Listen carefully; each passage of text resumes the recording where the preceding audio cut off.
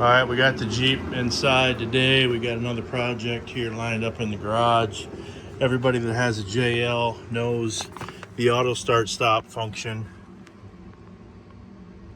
right there sucks, and I hate it. I hate having to push the button every time I get in the Jeep.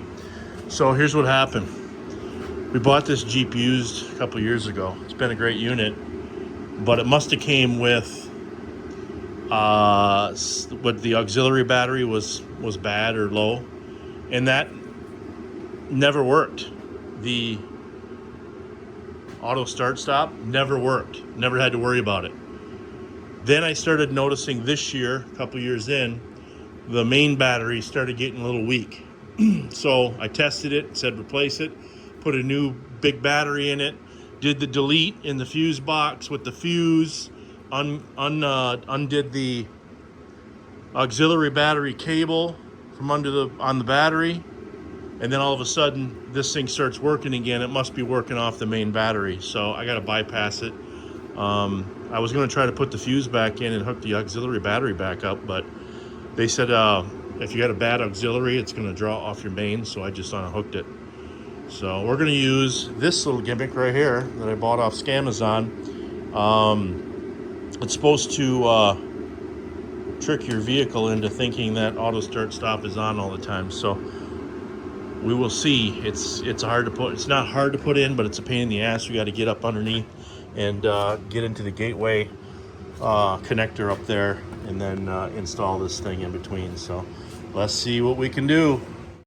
All right, we got our auto start stop memory module, I guess is what they call it, installed. Let me show you how I did it. All right, first things first, it took me about 10 minutes. You got to pop this lower panel off underneath the wheel, and it's just these clips, pops out. All right, here's our install. I'm gonna back up here so you can see what the hell I'm doing. This is what's left over. This is the memory module, and it does not replace your onboard diagnostic connector. It just is placed in between it. All right, and then it goes up to your gateway module. Right hand plug pops out, and then just put this connector in between. It comes with directions and everything. It's not that hard, but what I'm going to do is just label this as the auto start stop intercept, so if we sell the car or whatever, someone will know what the hell this is. And then I'm going to zip tie it up underneath, put the panel on, and then watch what happens. Now, you know how when you get in your vehicle on auto start stop, it's always on automatically, right? And then you got to hit the button to turn it off. All right, let's do a first start up here. The button doesn't come on, or it comes on and it basically is off.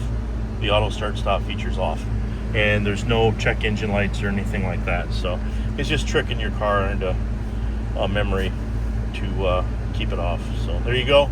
I'll put a link to this little bypass gimmick in the video if you're interested. I'm not hawking them, but I know there's people out there that don't like auto start stop like me.